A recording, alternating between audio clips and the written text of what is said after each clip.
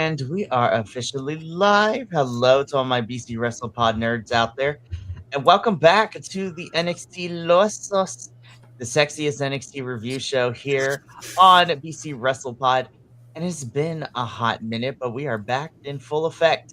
Of course, my name is Mikey, and joined with me this evening is the Pleat Father himself, the Kilt Man, Ha! who I'm very happy that he is still going to be around. Oh yeah, I'm like herpes. You won't be able to get rid of me. No, so it'll be me and Kilt holding it down for NXT.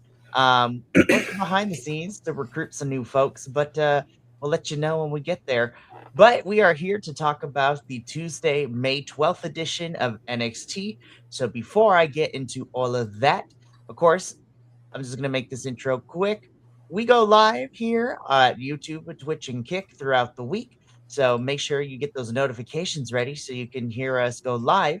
But you can also catch our edited reviews that go up 24 hours later on our main YouTube channel at BC Wrestle Pod, which is great. And it is a fun time. So whatever you want to watch, it's great. If you're looking for something more self contained, you can pick your favorite social media site. We're probably on there at BC Wrestle Pod, where you see all the report cards and the predictions and the clips and all the other stuff that I do for the social medias. So it is a grand time as well. Of course, you can also support us by buying our merch, bcwrestlepodshop.forthwall.com. And last but certainly not least, we have a coffee bot that will be popping up every couple of minutes in the YouTube and the Twitch chat to help us continue funding our shenanigans and our tomfoolery. But it is not necessarily because we know that economic times are a butt out here. So please donate if you can, but if not, just you giving us the watch hours is enough. Honestly, without you, we cannot do this, and I appreciate and love every single one of you. All right, let's get into NXT because we are in the midst of I don't even want to say rebrand. We are entering a new era, is how I'm going to put it. We're entering a new era of NXT, of in the sense of who is going to be around over the next year or two. You know, we had a lot of people get called up. Supposedly, according to reports, we might be getting more call ups from NXT to main roster during the summer. But for right now, we have a really good crop of new kids on the block, a lot of European and international talent debuting in NXT as well. And we're going to talk about a whole bunch of them this particular episode. So, without further ado, let the trial commence. I did it better. I just swallowed a spicy ramen noodle the wrong way. Giggity. Anyway, Giggity. giggity. All right, let's get into this. So we kick NXT off this week with a tag team match. Of course, this is our women's NXT North American champion, Miss Tatum Paxley, Miss Tatum Ta, teaming up with the incredible Lizzie Rain, and they are taking on the team of Nikita Lyons and Zarya. Um, Nikita Lyons coming out full Catwoman cosplay with this lion mask is great. Loved it. Fantastic. Um, I really enjoyed this. This was a lot of fun. I think these four, I think, are going to be really fun for right now in the mid card division, and I'm kind of here for it. I love Lizzie Rain. I have known her in her former life as Rain Leverkusen over in the Indies of the UK and Progress Wrestling. Hell, she was a former Progress Women's Champion, which we love to see, and that was recently too. Really also fun to see Zarya, Nikita Lyons, like, in the mix of all this. I thought this was a really fun match, and I will say, I am still loving Lizzie Rain's finisher because I am a sucker for unique finishers, and Thunderstruck is fantastic. And you know what? Good on Tatum and Lizzie for picking up the win here after Zarya walks out on Nikita, which essentially leaves her to fend for herself, but she's overwhelmed. Anywho, I like this match. I had a good time. I thought this was a fun way to open up the show. Kilt, how did you feel about the match? And overall, how do we feel about, our mid cards division so far, looking with these four kind of going to be running around it? I'm enjoying what I was watching last night. Zarya still showing strong. still showing the after effects of the feud with Sol Ruka, and the I want to be by myself, leave me the fuck alone type of mentality. Um, Nikita did a great job. I loved the extra, the over the topness that she had. Lizzie does need some work on her promos, I think, and just like a lot of her emoting is the best way to put it, because there's a couple bits later in the night that she did that it didn't resonate well, for at least for me, and it came down a little bit canned, uh, and so there was that. Um, but this was really cool, and the funny thing is, if you look closely in the audience, you'll see another well, technically two relatively famous, well, one really famous and one relatively famous wrestling content creator. Alan Owens was in audience tonight. We love that. It was so cool. I was like, the only reason I knew he was there is because he was there for Backlash, and a buddy of mine met up with Fatherless, met up with him uh, at Backlash, and then they did a watch along for Raw here locally in Orlando at a place called the Aloma Theater, which is like a dine-in theater, and they did that, and then they did NXT last night together, and I'm like, I'm watching. I streamed it within his community, and so I'm sitting there, streaming with like two or three other people watching the show, and we're like, okay, where is he? Where is he? Oh, there he is! There he is! We just keep screen grabbing Fatherless next to Alan Owens. Look at this schmoozer. So yeah, that was fun to notice. Really, the first instance I saw it was when Nikita went to go into the ring. She's bent over and like, here's my ass, because she has a great one. But yeah, this was as I said, it was an interesting match. There's definitely some work to be done here. Tatum has always got my love. She does amazing. Zarya's just a powerhouse, and I'm loving everything she's doing. Lizzie's finisher it's actually really cool. She went on Bubba Ray Dudley's podcast to talk about it, and yeah, and it's not there's a move that's similar to it, but it's not like the move that is similar is it uses the foot. She uses the side of her knee, like right in the thigh, to kick. If you watch closely, and it's fantastic. It's so cool. It's so unique. I'm loving every minute of it. This whole match was just a whole lot of fun to watch, and I enjoyed it. And it set a good tone for the rest of the night. Most definitely. So, of course, we will come to Tatum and Lizzie a little bit later in the show because we see them. But a fun way to open up the show. Now, after this match, though, we get a little bit of some backstage stuff happening.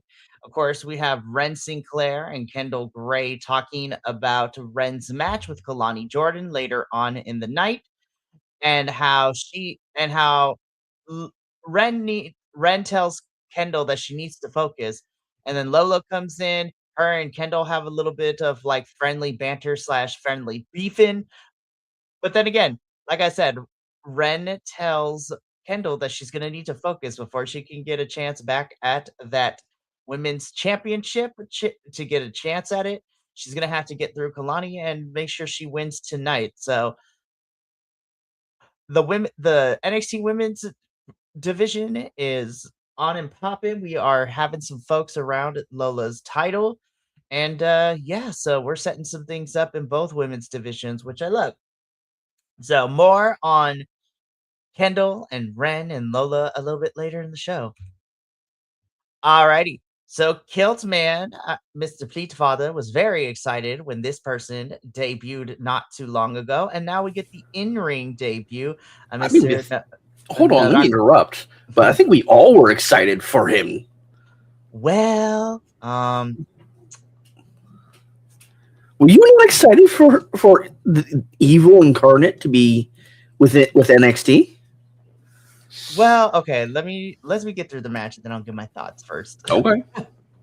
So this is the in-ring debut of Naraku, which, of course, anybody who knows wrestling, this is Io's fiance. Yeah, this is Io and him are a thing. So I did not know that. I love it when I can surprise folks. But yeah, Io and Naraku are actual IRL fiancés, so we love to see them. And then this was his in-ring debut against Lince Dorado.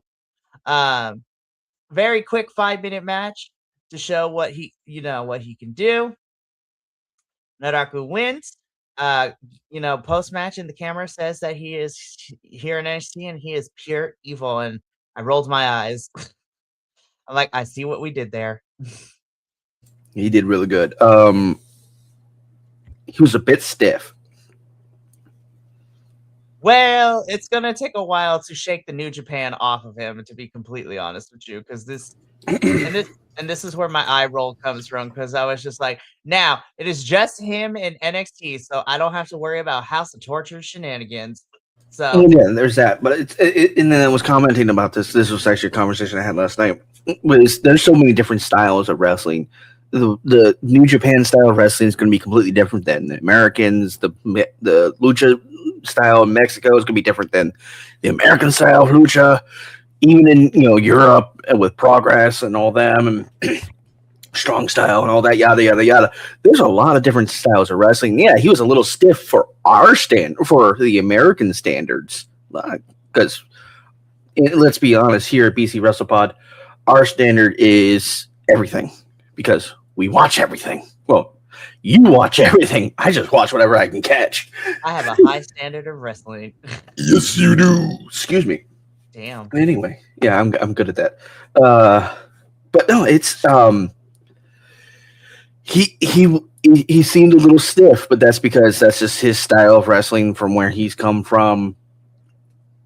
In all honesty, it's perfectly fine. He just has to learn to and adapt a little bit, which probably, man, sorry, the spicy ramen's getting to me. And so it's going to be a great time for him. I'm absolutely loving everything that he's doing. This match could have been better staged with someone else, because you're putting someone that's more of that has the New Japan style wrestling against a proper luchador, and I'm like, that it doesn't seem that the matchup didn't seem to fit personally. Like, it was still a great match. I still loved it, but I felt like if you thrown someone else in there, like if you had maybe thrown, I don't know, Josh Briggs or who else is good? Yes, Rick, I too want Kyrie. We all do. But it's kind of, it was okay. I want to go on a side tangent for a moment about that, because they released Kairi Sane, and then immediately maybe a week and a half later, Asuka retires from WWE. Or at least is taking a break. Who knows? Thank you, Casket Tetki. Okay, I was like, I think I know how to say that. I'm just gonna say Cask and leave it at that. Anyway, because I don't like fucking up people's names. That's rude.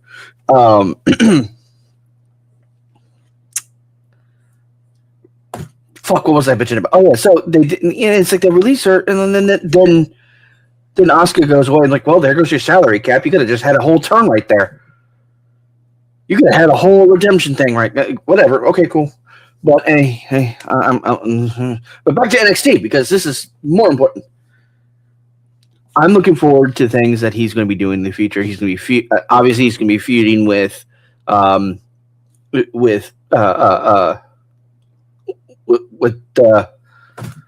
Tony D'Angelo. My brain kept trying to say Tony Saints for whatever reason. Not Tony Saints. Yeah, I know. Um, Like, yo, Rick, I agree. They should have at least let Kyrie finish the storyline. I agree. It should have been. Unfortunately, we have what we have, and now we have we what we almost have. we unfortunately have to move on with our lives. Like we Yeah, have to move on with our next segment. I was going to say this is going. Our next segment is going to be great too. Is it though? It is actually. Because I like all four of these gentlemen. So backstage, we get Sean Legacy, EK Prosper, and newcomer to NXT, Mr. Tate Wilder. Yes, that is his name. Um, and they are preparing themselves for their match against Birthright coming up very soon. And then in walks in Mr. Dorian Von Dukes, aka formerly known as Mike DeVecchio, Mike D.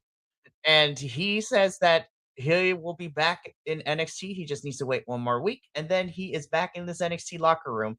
And he wishes the team of Legacy, EK, and Tate to kick Birthright's ass as they all head out. And I'm like, I like Mike D. I'm hoping he gets more screen time in NXT because I think Mike DeVecchio is a really great wrestler. But I really do like all of these four here, both Mike D and our evolved individuals or formerly evolved individuals because now they're in NXT full time. Tate is a unique person. I love him. He's great. I was enjoying watching him, and I was enjoying watching when he was on Evolve. Well, let me be clear. I was enjoying watching him when he would do the dark matches before NXT, Mm-hmm. and I was enjoying all sorts of other stuff I've seen of him. He's unique. He's good. So with what Tony with Mike D coming back next week, I'm gonna be in for a good show if I get to go. Just based off of what I remembering, this was an interesting match to say the least. I know we haven't gotten there yet. But yeah, I'm still hung up on the name change for Eli Knight. I don't like it.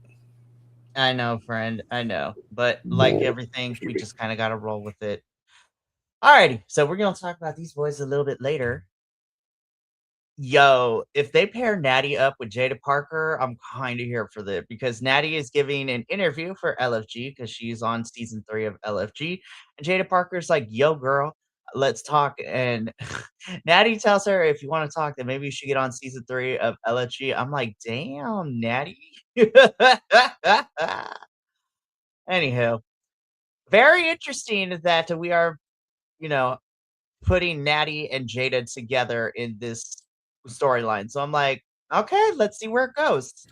Yeah, this is weird. Miss Parker, soon to be Miss J. Ooh, so that was I didn't like this. I honestly did not like the segment. It's to be honest with you, it felt really forced. It felt relatively disrespectful to the product they're trying to do with LFG, and to sit there and pick a fight right then and there while in the attempts to record something, it just did not. I didn't like it. I would love to see these two go after it, but yes, he be yeeting that every chance he gets. Because I would be too. Anywho, I would love. I definitely. I would love to see these two go at it. And yeah, this kind of gives them a strong start, but it doesn't. It just felt really forced. It felt really. It just felt real disrespectful to LFG as an entity within the WWE universe. You say it's being disrespectful, but WWE has disrespected LFG. They released Tara May Steele, one of their season 1 winners. So I'm like, LFG don't matter. It doesn't matter to. It's still to me. It's just like you're trying to build up something There's Yeah, too it's many crossover stuff. Like, let's just stick to one thing. exactly. Well, with LFG, it's ridiculous because you want to throw them into NXT, you want to throw them into Evolve. You don't do anything for for the main side, obviously, because you don't want to put them up there. But like trying to mix a pot that is that doesn't look that's not like congealing well. No. So we'll see what ends up happening with Jada and Natty. We got to keep this going though, because we get into our second match of the evening, in which we were talking about. We have Sean Legacy, EK Prosper, and Tate Wilder taking on Birthright in the form of Uriah Connors, Stax, and Charlie Dempsey. Um, I can't believe I'm saying this because I still hate the name Birthright, and everybody in Birthright is a scrub. But I think this is probably my favorite match of the entire night. I think these six, given more time, I honestly think this is your men's championship division down the line in like 3 years or so. Honestly, I'm gonna be real. I had fun with this match. This was really good action from everyone. Some good tag team and trios action.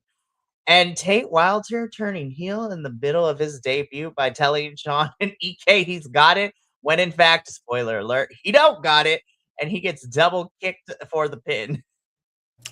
Yeah, it's not really per se turning heel. At least I would say it was. I would say Metaphorically, yeah. metaphorically, yeah, but it's overconfidence of a rookie. That's what it is. So, and yes, I do look forward to seeing how white privilege decides to keep going with their gimmick. But honestly, they need a new name. Birthright is stupid. I hate it. Yes, that's why I'm calling them white privilege from now on. Oh my god. Sorry, I'm also looking at chat too. Yeah. See, here's like I want that. I really do want that. The only problem is Becky Lynch will not be on that team only because of the fact that she's it's Becky Lynch. Like Rebecca Lynch. Yeah. Please. So look, I know you have a very cheesy husband, because his name is Kobe, which is no, Nicholas. He is in AEW now. Hi Nick, I miss you. David Finlay should have gone to NXT. Hey, you know what? He could have, but they weren't going to offer. But you know what? Now he's in AEW, so tough. Anyways, so Birthright wins again. I was entertained with this match. I think all six of them have some really fun stuff and a good future ahead of them. And Tate, we go see if you survive next week. We're gonna talk about that in a little bit. Oh, that's gonna be interesting. Right. So backstage, Tatum and Lizzie are bonding. Tatum is very thankful to Lizzie teamed up with her to take on Nikita Lyons and Zarya. And so Tatum offers Lizzie a chance at the NXT Women's North American Championship next week. So then, of course, in comes our favorite, dark web aficionado and expert of all bar trivia facts. Shiloh Hill comes in, congratulates Tatum, is very friendly with Lizzie, but Shiloh Hill is also here to deliver some facts about Mr. Tristan Angels. And unfortunately, Lizzie knows Tristan from back in the UK and is annoyed as all hell that he is here and he is annoying. And Tristan walks in and he is annoying as well. And he says that next week he's going to show Shiloh Hill that he's better than him. And I was just like, all right, Tristan, we're going to see what happens. I've seen Tristan in a few of the dark matches before, because they did some of the Evolve taping, obviously before NXT a few times, as well as a couple other shit. I hate his gimmick. I don't like him. It annoys the shit out of me, and I can see this is where I said Lizzie needs a little bit of work on her promo, on her because at least especially her emotes, because she's trying to emote that she's annoyed but not pissed off, but not annoyed. Like it doesn't translate well because obviously it's an American to English type of emotation is a word, I guess. It is a bit difficult, a bit different. It's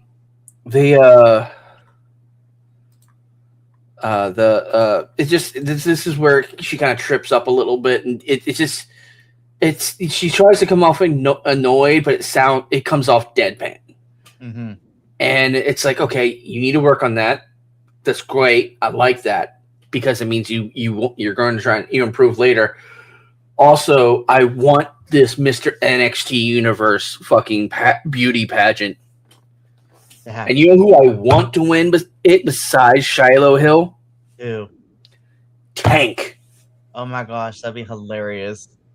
I would absolutely love that. I would vote for that. I would be like, the whole way. Oh, Lord. Anyways, so it seems that we're setting up Tristan Angels and Shiloh Hill for next week. So we're going to see how that all transpires. But right now, let's get into our next part in which the Colleen have a meeting. Also hate this name, but Izzy is playing chess with Lola. And so Sean Spears gets up to leave. And she says, Nico, I need you to stay put real quick. And Sean's like, okay, I'll let you two get to it. And Izzy tells Nico that if Lola is watching that match tonight, then so am I. And basically tells Nico to be her backup for the night. I'm like, yo, Izzy is out here manipulating people, and we love to see it. I hated this. It is what it is. It is what it is, but it did show something interesting, at least on my end. The interpretation of him going, the fuck are y'all talking about? That's what I said. I was like, ooh. Are we teasing we're going to do our own thing and splitting? Possibly. We'll continue this development as we go along NXT. But right now, I love. He's big. He's bad. He'll body slam your dad. Mason Rook. So Mason Rook is in the ring, and he is here to officially sign his NXT contract and cuts a bit of a promo before he does. If y'all have not seen Will Cruz's work in Progress or in Pro Wrestling Noah, it's like what he said in his promo. He's the best in any weight, not just heavyweight division, but any weight division. So Mason's cutting this promo. Tony comes out and he's ready, looking for a fight to Mason Rook. But then Cam Hendricks comes out to beat up Tony, and we get a brawl. And then Mason Rook just casually just does a moonsault on everybody. And I was just like, Lord help us. That was a thing of beauty. So the men's NXT title division is setting up some really interesting and fun stuff. So I'm really happy to see Mason Rook here. I'm really happy for Will Cruz. I think he's fantastic. And I'm looking for, he's going to be a beast when he gets to the main roster, whenever he gets to the main roster. I'm loving everything.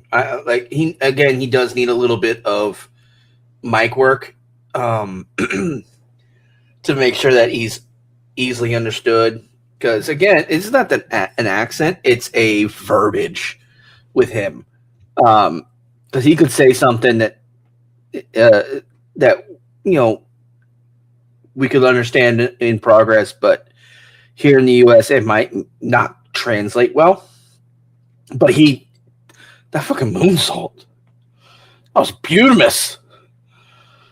I can't wait for him and Tony to go at it. I want him and Josh Briggs to go at it. I want him and fucking Naruko to go at it. I want him and give me every big. I want him and Shiloh Hill to go at it. I want him to. I want him more. Give me more. Give me more. and I'm Love it. excited. Yes, and I'm happy you are excited. So yeah, again, the NXT Men's Championship scene is also shaping up to be some really fun stuff. So can't wait to talk more about it as the weeks go on. All right, we keep this train going because after this particular segment, guys, Noam Dar is back, and I love me some Noam Dar. And he is here with Mr. Romeo Moreno, talking. Romeo and Noam Dar know each other from the European wrestling scene. With Noam being from where he is, and Romeo Moreno, formerly known as Zazaya from Spain. These two have crossed paths multiple times in the European wrestling scene. And Romeo Moreno is a fan of Noam Dar, and Noam Dar's like, I've been away from a ring like due to injury. I don't know if I have it in me anymore. So Romeo Moreno is hyping up Noam Dar, who is having a bit of a crisis of faith right now.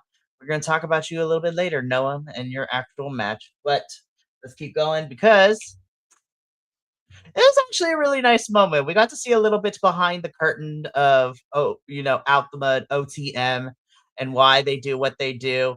I really did like this different take, and they're likable guys. I really do, and I was like, you know what? This was different. I wasn't expecting this, but honestly, I am okay with this because now I've liked OTM, but I was like, you know what? This is a different side, and I was like, I could get behind this. I'm cool with it. Like I like OTM. They're a good team. They perform really well, but they come off as freaking as a they come off like if you didn't before this, they came off really as a bunch of cholos, and not in a good way. They're really thuggy. They're really blah blah blah. And then this drops, and I'm like, all right, fuck you for making me like you even more. God damn. I was already behind you, but now it's mi corazón. It's from the heart. I'm like, I want to be behind him.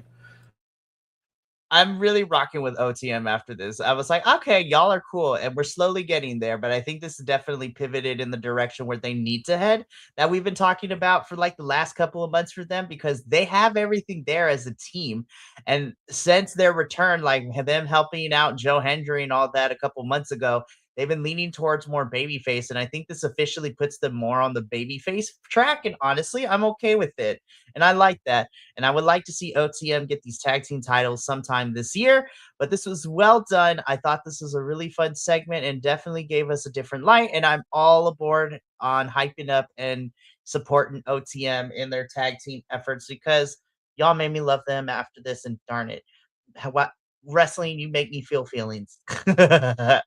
Alrighty. After this little sit down with OTM, we get into our next match, which is Noam Dar versus Jackson Drake of the Vanity Project. I thought this was a pretty fun match for Noam Dar's return match. Of course, the numbers game just becomes too much, as we have the rest of the Vanity Project, which includes, our NXT tag champs of Smokes and Baylor, as well as Micah Lockwood, who is now joined with Vanity Project. And Jackson Drake picks up the victory over Noam Dar. So I thought it's a match that served its purpose. I didn't like it because it didn't make Noam Dar look good. Like it made him look rusty, and I didn't like that. I like not that I'm saying he is rusty or it should have been that way. You could say it's rusty. He's been out for a year. Yeah, he has, and I understand that. But it's like I know he has probably been doing some training, probably try to get something in before this. It's just it makes him look weaker than he is, and I know he's not. I like in my heart, I know this man can perform because I saw it. I saw the wheels churning, and then it just was, oh well, we're just going to numbers game you, and I literally the entire match I was hoping someone would come out and take Noam Dar's side and take out the boys, and maybe some come out and knock out Madam Oh,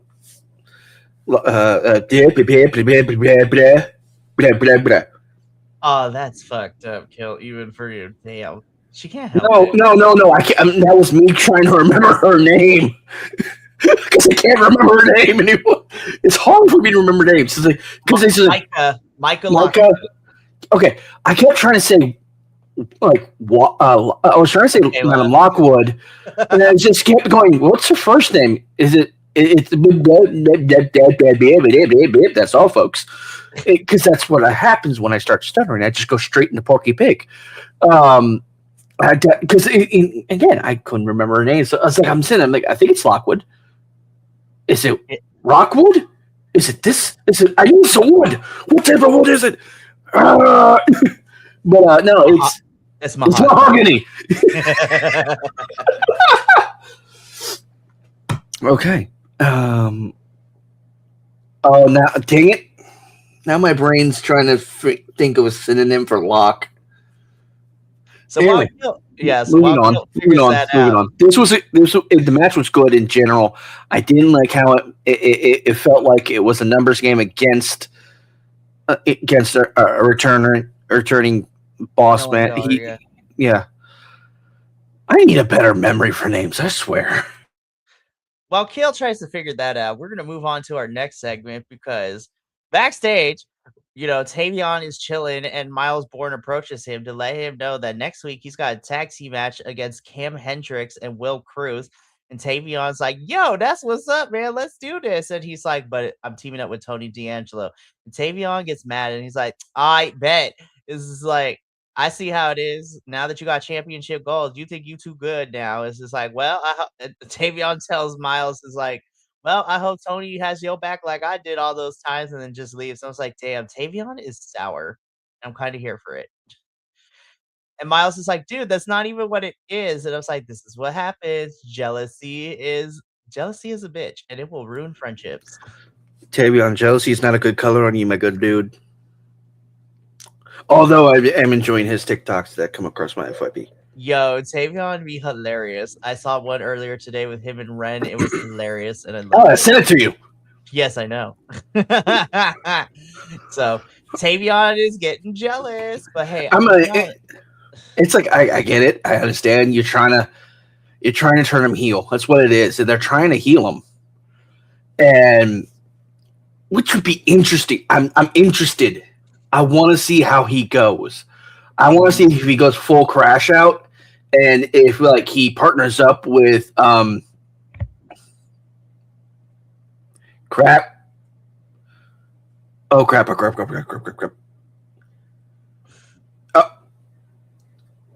Moving on, because we're in the home stretch, so we're down to the last couple ones, and I'm fading, so we're gonna do this.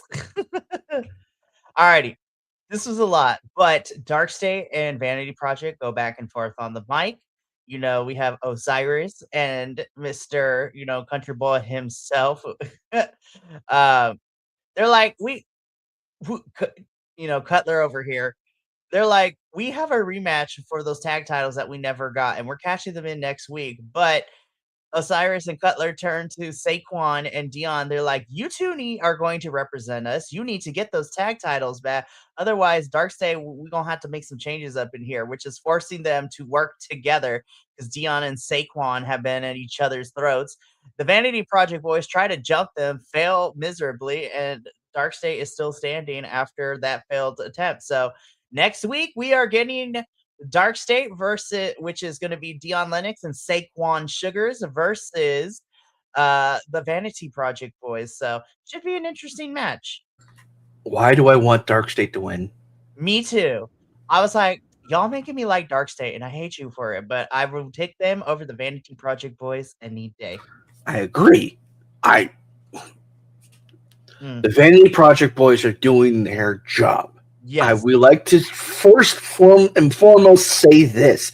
Their job is to piss me off and not make me not like them.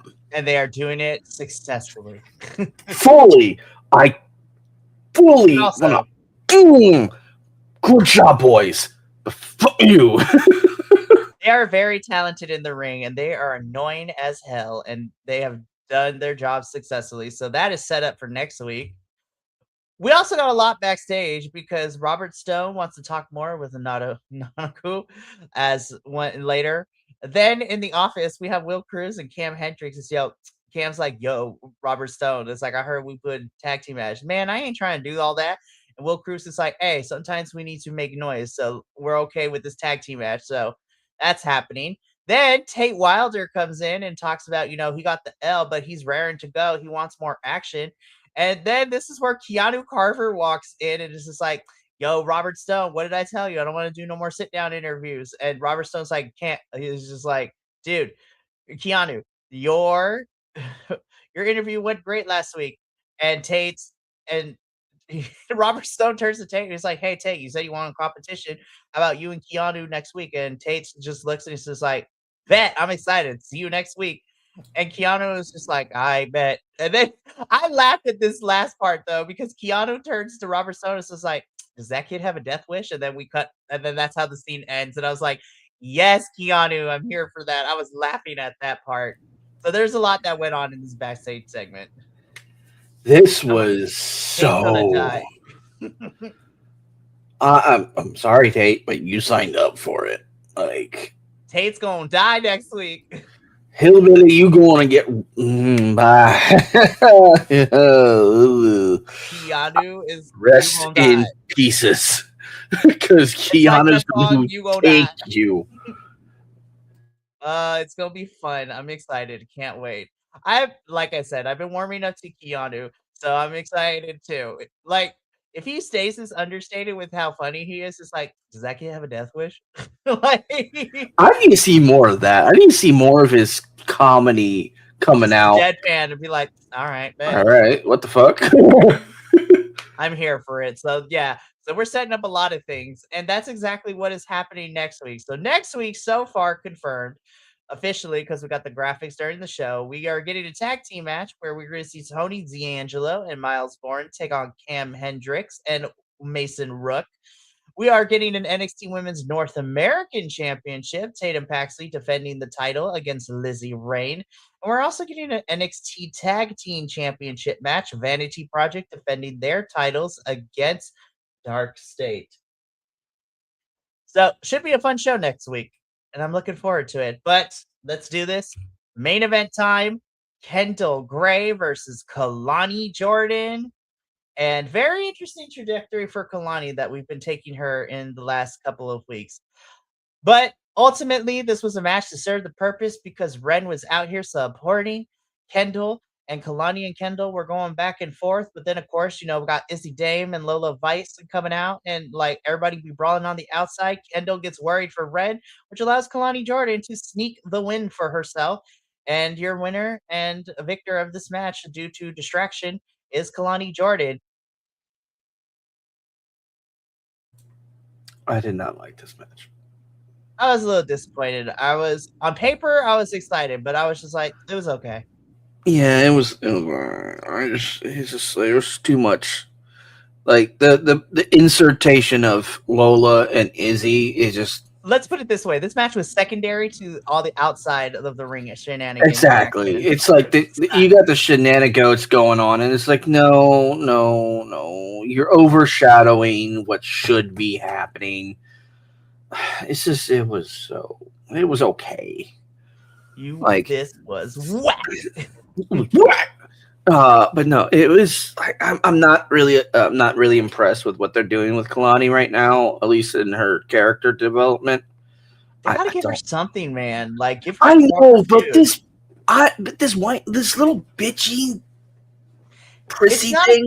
It's not a good look because, okay, let me put it this way, right? So we're both getting this on NXT. Now you're annoyed with Kalani. I'm less annoyed with it with Kalani because, like, I don't like it, but it's not as annoying as what Ariana Grace has put me through as their TNA Knockouts champion with the same character of being whiny and bitchy and just annoying AF. Her and Stacks really took me and the rest of the TNA crew through the trenches for the last month and a half as she was our TNA Knockouts champion. Thank God Laying Lee last week took the title off of her, and now all TNA has all their belts back for now. Yay. But let me tell you, Kalani Jordan, I'm not happy with their character direction, but she is not to the level of annoyance of me that Ariana Grace made me. Ariana Grace and Stacks made me in TNA. I was just like, no, that is the bar, and Kalani hasn't reached it yet. But If we don't fit something for Kalani, we gonna get there because, like, okay, you mad, but do something about it. Like, what are we doing? Yeah, let's do something because I'm not digging this. And then Okay. Izzy Dame like kicks out Lola with the title as it goes off the air. I'm like, okay. So I'm like, well, it seems that Izzy. I also don't like how Izzy keeps getting the one up on Lola, whether it is like not in the ring or like the mixed tag team where she ended up losing the match with her Mystery Iguana losing to Izzy and Nico. Um, and I'm almost like, you make Lola look like a weirdo here and making her look like a chump. And then like I'm not and then she gonna beat Izzy eventually. I was just like, that's weird. But whatever.